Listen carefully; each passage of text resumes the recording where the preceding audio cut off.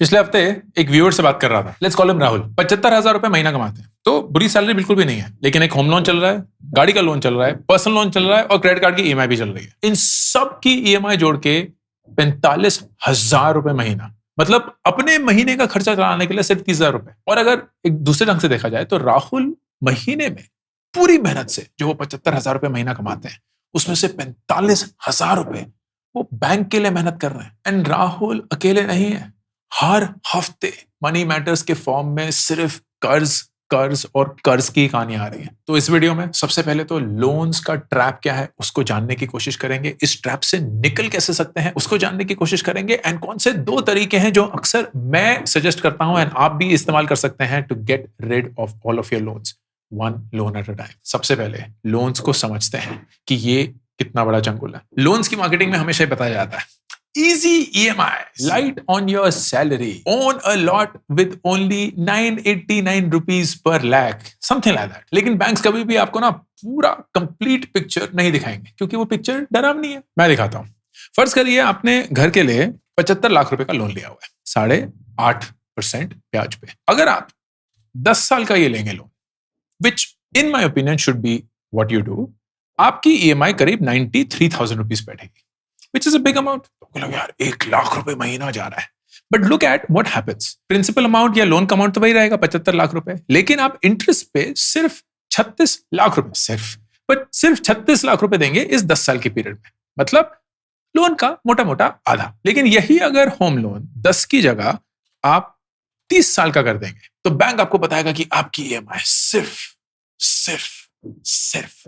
57,669 rupees होगी। Sir कहां आप 1 लाख रुपए देंगे आधी EMI, वो आपको पूरा पिक्चर नहीं दिखाएंगे कि वो 75 लाख रुपए तो आपको देने ही है, लेकिन ब्याज में आप उन 30 सालों में 1,32,00,000 रुपए देंगे, मतलब ऑलमोस्ट इस 75 लाख रुपए का 3 गुना, टोटल 2,07,00,000 रुपए बैंक को देकर। This is the reality. हर एक लोन आपको इसी जंगल में फंसाता है कि वो आपको दिखाएगा एक छोटा सा monthly amount, but you will never truly realise कि उसका बड़ा इंपैक्ट क्या है। फिर आती है दूसरी चीज, आप बोलते हैं यार चलो यू नो व्हाट, हम स्मार्ट बनेंगे, हम इसको 10 साल के ही रखेंगे, बिल्कुल, क्योंकि मैं ये 93,000 रुपीज दे सकता हूं, बहुत बढ़िया। द नेक्स्ट स्टेप इज कि ये सारे बैंक लोन्स एक रिड्यूसिंग बैलेंस अमाउंट पे चलते हैं, विच मीन्स कि ज्यादा से ज्यादा पहले या initial part of the loan का EMI इंटरेस्ट चुकाने में जाता है, not to the principal. And फिर it's only towards the end of the loan period जब आपका लोन वाकई में प्रिंसिपल अमाउंट पे चुकना शुरू होता है। और इन अदर वर्ड्स, अगर मैं आपको बोलूं कि यार 10 साल का लोन है एंड 75 लाख रुपए आपका लोन है, अमाउंट है, तो 5 साल में आपको क्या लगता है कि आपने इस 75 लाख रुपए के कितने लाख रुपए ऑलरेडी बैंक को पे कर दिए होंगे? And you will intuitively think यार आधा तो हो ही गया होगा ना, लेकिन that's not true. Let's look at what actually happens. तो अगर आप 2025 अप्रैल से शुरू करेंगे, you will see how this works, and let's go down to 2030 April. तो अप्रैल 2030 मतलब लोन के 5 साल के बाद यू विल थिंक कि मोटा मोटा 37 लाख रुपए मैंने बैंक को पे कर दिए होंगे, बट नहीं, your amount remaining will still be 44,71,000। And क्यों? क्योंकि शुरुआत में, जैसे अगर हम 2025 को देखेंगे, जो पहला आपका 92,000 रुपीज का EMI है, उसमें इंटरेस्ट 53,000 रुपीज है और प्रिंसिपल अमाउंट सिर्फ 40,000 रुपए। एंड ये ही असलियत है, that in the early parts of the loan, which is by the way not something which is wrong, but the loan by design is made this way, is कि interest पहले charge होगा, principal बाद में, and जैसे जैसे आप साल खत्म करते रहेंगे, so let's say when you come to 2034, आप 1 साल में जो पेमेंट कर रहे होंगे या 1 महीने में जो पेमेंट कर रहे होंगे, सॉरी, उसमें से बहुत कम अमाउंट इंटरेस्ट पे जाएगा और ज्यादा से ज्यादा अमाउंट प्रिंसिपल की तरफ जाएगा। Which is why I also say this, कि जब भी आप लोन चुका रहे हैं, लोन चुकाने का सबसे बढ़िया वक्त शुरुआत में है। अगर आप अंत में लोन चुका रहे हैं, वो तो आप खुद के पैसे ही जल्दी वापस करने में लगे हुए हैं, Why would you do that? Take as long as you want. लेकिन शुरुआत में ही अगर आप लोन चुका देते हैं, you actually save on a lot of interest. बहुत ब्याज आपका बचता है, which you would not save towards the later part of the loan. तो अब हमने लोन समझ लिया. Let's try and come up with a plan on how to clear these loans in 4 steps. Step number 1. अपने सारे loans या सारे जो आपके कर्ज चल रहे हैं, उनका एक डिटेल अकाउंट बनाइए एक्सेल शीट पे. एंड हर एक लोन के लिए मुझे 5 चीजें चाहिए. मुझे क्या चाहिए? खुद के लिए आपको रखनी चाहिए. नंबर 1, लोन कितने अमाउंट का था. नंबर 2, कितना अमाउंट बच गया है. नंबर 3, कितनी EMIs बच गई हैं.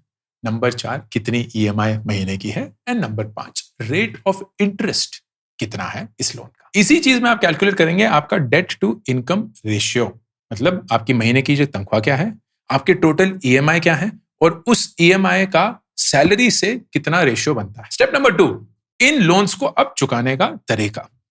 रिसर्च ने यह दिखाया कि जो इंसान एक एक लोन को चुकाने का एक मेथड या प्रोसेस अडॉप्ट करता है, वो उन लोन्स को ज्यादा अच्छे से चुका पाता है, एज अगेंस्ट वो इंसान जो सारे लोन्स को सारे समय सभी के लिए चुकाने की कोशिश कर रहा है. That strategy unfortunately does not work. तो हाँ, हर एक लोन की एक मिनिमम EMI है जो जा रही है, बट जितना भी एक्स्ट्रा अमाउंट आपको मिलेगा, आपको सारे लोनों में नहीं बांटना है. You have to pick one loan at a time and decide कि इस लोन की सबसे पहले हम भरपाई करेंगे. Now how do you pick that loan? There are 2 methods. Method number 1, avalanche method. avalanche मतलब एक बहुत बड़ा बर्फीला पहाड़ इमेजिन कर लीजिए, और सबसे बड़े बर्फ का गोला आपके ऊपर गिर गया है. It basically starts with the biggest thing out there. तो हम सबसे बड़े लोन से शुरू करते हैं. जो भी सबसे ज्यादा रेट ऑफ इंटरेस्ट होगा या सबसे ज्यादा EMI वाला लोन होगा, हम उसको सबसे पहले चुकाने की कोशिश करेंगे. दूसरा method is called the snowball method. Snowball मतलब एक छोटा सा बर्फ का गोला है, पहाड़ की ऊंचाई से गिर रहा है, लेकिन जैसे जैसे गिर रहा है, बड़ा होते जा रहा है, और नीचे पहुंचने तक बड़ा बन चुका है. तो हम छोटे से शुरू करेंगे and make are loans there. तो जो भी कम EMI वाला लोन होगा, उससे हम शुरू करेंगे. Now both have their pros and cons. पहला वाला avalanche मेथड, उसका पॉजिटिव क्या है कि सबसे बड़ा लोन पहले चुक जाएगा, तो सबसे ज्यादा इंटरेस्ट बच जाएगा, सबसे ज्यादा EMI का बर्डन रिड्यूस होगा, ऑफ कोर्स. लेकिन कौन क्या है या मुश्किल क्या है कि उस लोन को चुकाने में बहुत ज्यादा वक्त लग सकता है, क्योंकि वो बाय डिजाइन सबसे बड़ा लोन है. दूसरे वाला थोड़ा सा साइकोलॉजिकल हैक है कि जो स्नोबॉल मेथड है, उसमें छोटे छोटे लोन आप पहले क्लोज करेंगे, तो साइकोलॉजिकली ऐसा लगेगा कि यार ये लोन चुक रहा है, ये लोन चुक रहा है, ये लोन चुक रहा है, एंड फिर अल्टीमेटली बड़े लोन पे आएंगे. लेकिन उसका फ्लिप साइड यही है कि बड़ा वाला लोन उस पॉइंट पे बहुत ज्यादा इंटरेस्ट या ब्याज खा चुका होगा, so you may and up paying a lot more. If you personally ask me, मुझे इन दोनों मेथड में से स्नोबॉल मेथड सबसे अच्छा लगा, क्योंकि जो भी इंसान कर्ज के बोझे के तले दबा हुआ है ना, उसके लिए साइकोलॉजिकली एक एक लोन पे जीत हासिल कर पाना बहुत बहुत इंपैक्टफुल होता है. That is my recommendation, but let's see how this works. So ये एक्सेल शीट है. फर्ज करिए कि पहला लोन आपका 10,000 रुपए का है, 15% उसका रेट ऑफ इंटरेस्ट है, 36 महीने का आपका लोन है, तो आपकी लोन की EMI 347 रुपीज है.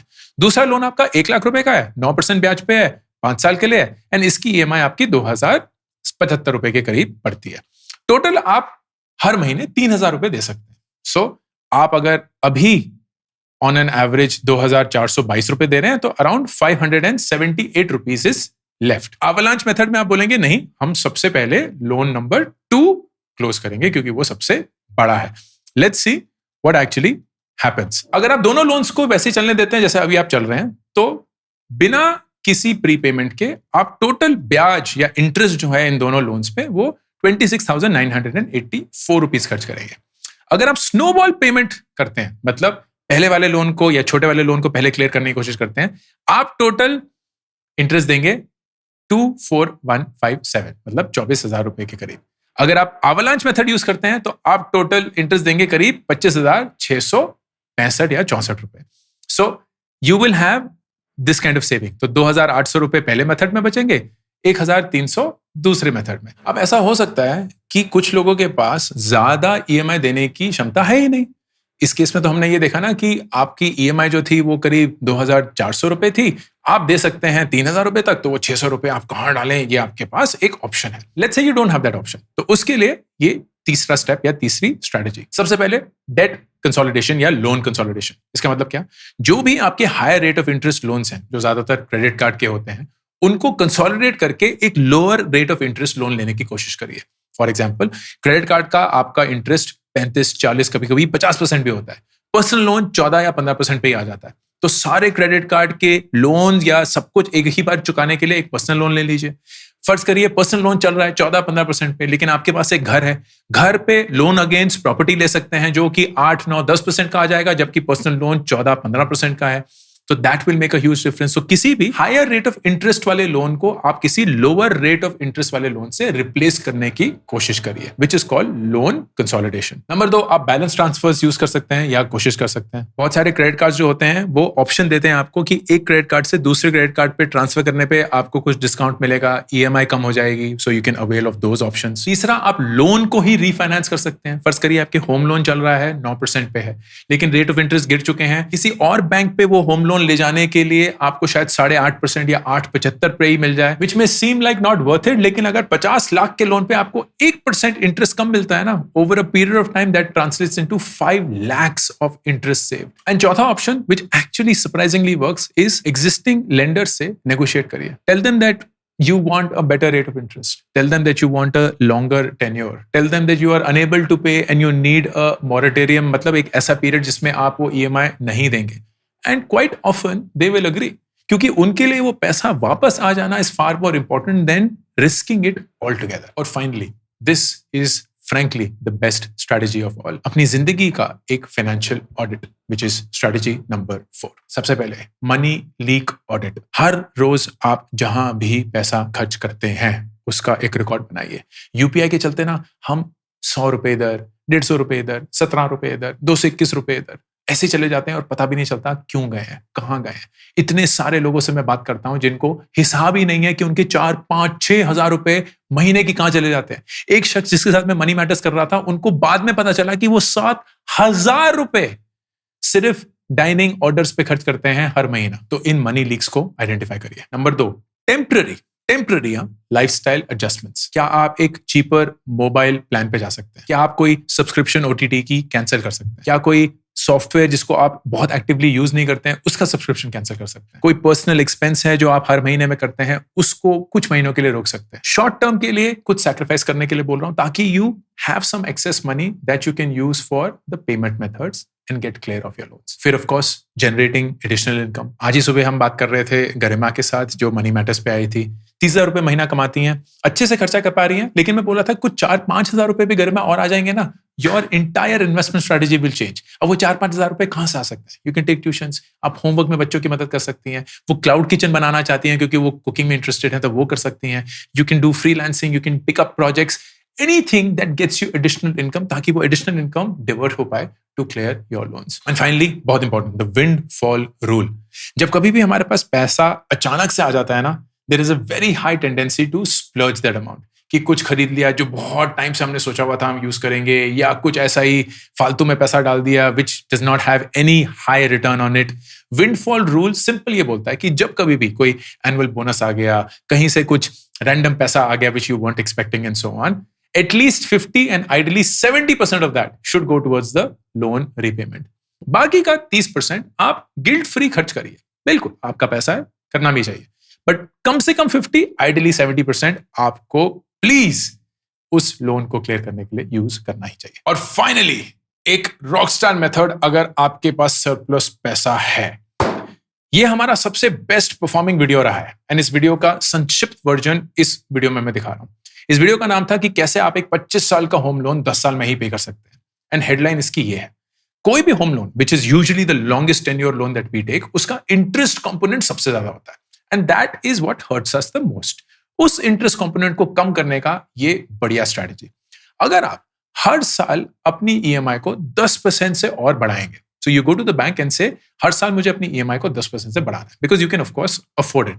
तो फर्ज करिए अगर आपकी 30,000 रुपए की ईएमआई है, आप बैंक के पास जाएंगे, बोलेंगे अगले साल से 33,000 रुपए आप कट करिए, एंड जो एडिशनल 3,000 रुपए हैं वो प्रिंसिपल अमाउंट को रिड्यूस करने के लिए यूज करिएगा। मतलब टेन्योर कम होना चाहिए, मुझे ईएमआई कम करने की जरूरत नहीं है, मैं तो इनफैक्ट ईएमआई बढ़ा रहा हूं।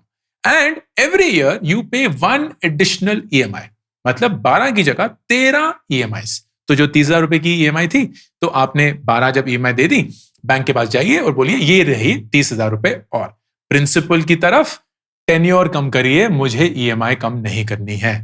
If you have a 10% step up and you पे 1 एडिशनल EMI एवरी ईयर, आपके 25 साल का लोन 10 ही साल में चुक जाएगा। You will save 60% on your interest that you will pay to the bank. It is an incredible strategy अगर आपके पास पैसा है, and I would love for you to use it, क्योंकि इससे आप of course लोन भी ले सकते हैं, 10 ही साल के अंदर वो 25 साल का लोन चुका सकते हैं, and be in charge of your money. मैं वाकई में ये चाहूंगा कि कोई भी इंसान ना बोझ के तले ना दबे। मैंने अपने बचपन में बहुत देखा है। पापा क्रेडिट कार्ड्स यूज करते थे, end of course he used it for the right thing, क्योंकि उस माहौल में ऐसा ही लगता था कि यार मिडिल क्लास से निकलना है, हमारे पास वॉशिंग मशीन होनी चाहिए, हमारे पास म्यूजिक सिस्टम होना चाहिए, हमारे पास ये होना चाहिए, वो होना चाहिए, and we spent when we didn't have that money. और फिर वो क्रेडिट कार्ड के चंगुल में फंस गए। 3-3, 4-4 क्रेडिट कार्ड हैं, वो लोन शार्क्स बार कॉल किए जा रहे हैं, हमारे चेक बाउंस हो रहे हैं, पेमेंट नहीं है, घर पे पहुंच गए हैं, फिजिकली थ्रेट कर रहे हैं। ये सारा मैंने अपनी आंखों से देखा है, and I will not wish the same for anybody, क्योंकि मैं जानता हूं कि इन लोन्स के बोझ के तले दबकर एक जिंदगी कितनी छोटी सी लगने लगती है। जब आपको पता होता है ना कि आपके सर पे इतने सारे लोगों का कर्ज है, and you just do not know how to even start, आपको लगता है कि जिंदगी खत्म होने वाली है। But I can tell you with conviction कि अगर आप बिल्कुल खुले दिमाग से एक लंबी सांस लेकर एक स्ट्रैटेजी बनाकर इन लोन्स को फेस करेंगे, धीरे धीरे, रातों रात नहीं, धीरे धीरे ये लोन्स चुक जाएंगे। हमने अपने बिजनेस लोन्स, मैंने अपना एजुकेशन लोन, घर का लोन, सब कुछ धीरे धीरे धीरे धीरे करके चुकाया है। वक्त लग गया, 40 साल की उम्र में जाकर मेरे सारे लोन खत्म हुए हैं, but I was able to do that. It was an insanely big amount, जो अगर मैं 24 साल की उम्र में जब मैंने शुरू किया वो लोन को चुकाना, उसको देखता तो सवाल ही नहीं था कि मैं कभी भी इस यकीन से बोल पाता कि ये लोन चुक जाएगा। लेकिन 16 साल लग गए, 16 साल लग गए सारे लोन्स चुकाने में। एंड 40 साल की उम्र में जब पहली बार मैं लोन फ्री हुआ, it felt like I was free for the first time in my life. And वही फ्रीडम मैं चाहूंगा कि हर एक इंसान अपनी जिंदगी में महसूस करे। On that note, Ankur Warikoo signing off. Career को लेके मेरी चौथी किताब एक बहुत ही सिंपल, बहुत ही रिलेटेबल, बहुत ही प्रैक्टिकल जरिए से लिखी गई है। काश कि ये बुक मुझे किसी ने दी होती जब 24 साल की उम्र में मैं एकदम कंफ्यूज था कि अपने करियर के बारे में क्या करूं, अपनी जिंदगी की दिशा क्या बनाऊं। ये किताब मैंने उसी 24 साल के अंकुर के लिए लिखी है, आपके लिए लिखी है।